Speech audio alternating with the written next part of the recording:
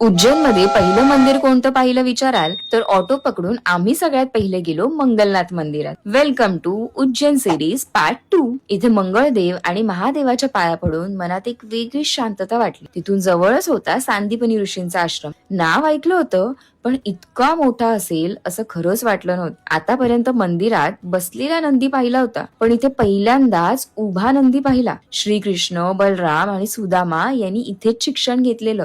Bed कसा आवरायचा पासून आयुर्वेदिक औषधं कशी बनवायची ते विज्ञानशास्त्र, धर्मशास्त्र असं बरंच काही इथे शिकले. ते ऐकून असं वाटलं जिथे साक्षात देवानी शिक्षण घेतलंय तिथे आज आपण उभे आहोत. वाव, इथलं वातावरण पण खूप शांत होतं. आणि हे सगळं बघता बघता आम्हाला जाणवलं आता लवकरच भगवद्गीता वाचायला हवीये. आत आलो तेव्हा वाटलं नव्हतं आश्रम इतका मोठा असेल, पण बघता बघता खूप वेळ फिरलो. इथली 3D पेंटिंग पण मस्त होती. लहान मुलांनाही नक्की आवडतील आणि कळतील अशी. खरंच मस्ट विजिट प्लेस आहे. आणि त्यानंतर गेलो काल भैरव मंदिरात. पण तिथे आमच्या सोबत काय झालं ते मी पुढच्या पार्ट मध्ये सांगेन. तोपर्यंत फॉलो करा. Okay, bye.